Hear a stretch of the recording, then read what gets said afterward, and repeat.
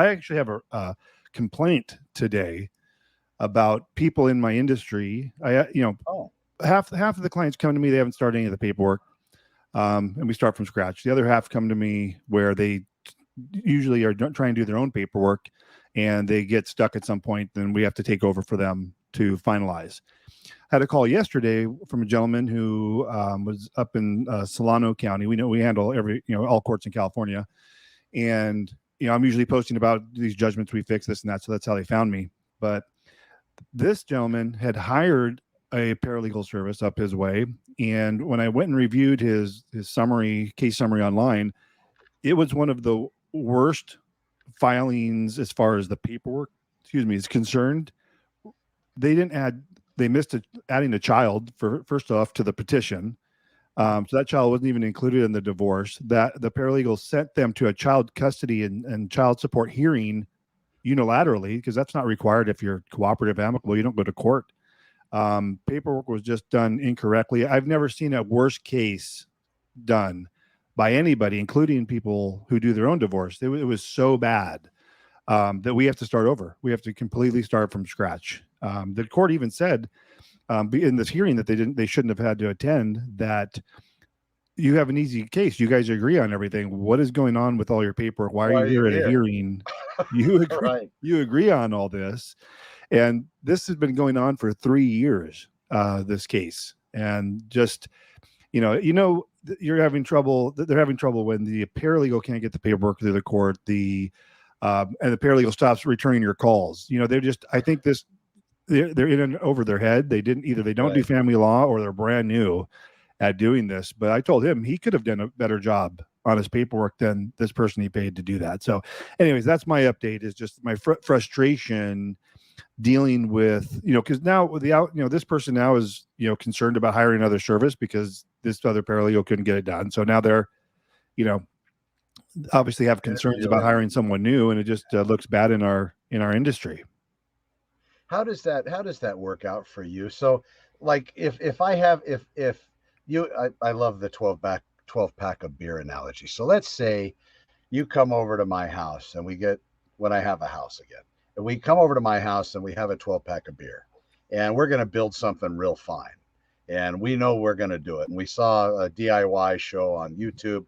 We're going to put up the structure. So we go buy the lumber, and we're building the shit out of this thing. Then all of a sudden we get done with it, and we look back as we wake up in the morning, passed out from the night before, and we're like, oh my God, now it's going to cost twice as much to hire somebody to come do it right. Is that the same in your profession, where now you have another paralegal that screwed it all up? Now you go in to fix it. Is that increase your cost, or is it harder for you, or how do you handle that?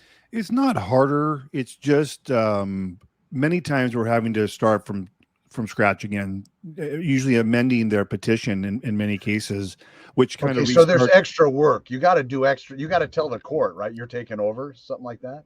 I don't, but it's more work to fix an incorrectly filed divorce case than it is to just do it from the very beginning. It is more work. I don't charge people extra for it.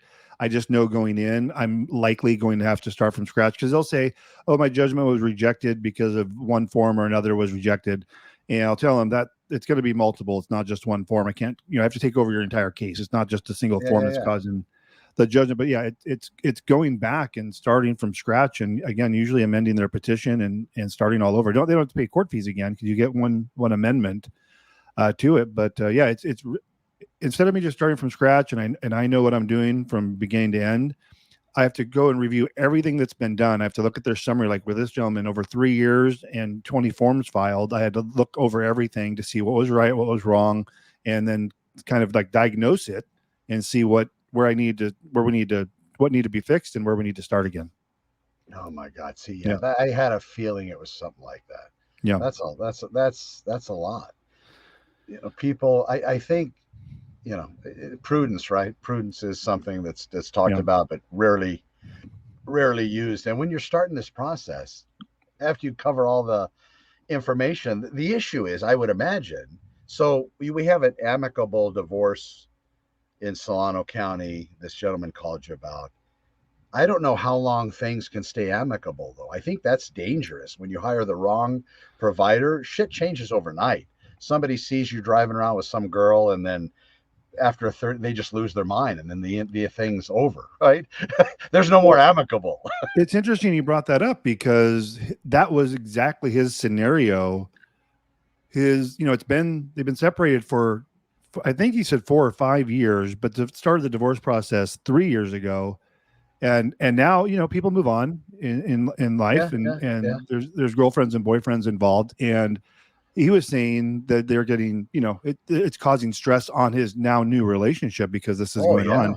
In fact, it was the girlfriend that found me for him. Say, hey, call this guy, get this divorce taken care of. Yeah. We're only going to give you so much milk for free. Yeah. You're going to have to buy that cow sooner or later. Yeah, I'd say not a lot, but maybe twice a month. The consultation I'm having is the boyfriend or girlfriend of the husband or wife, in the new relationship, looking for someone to get the divorce done because they're tired of being in limbo.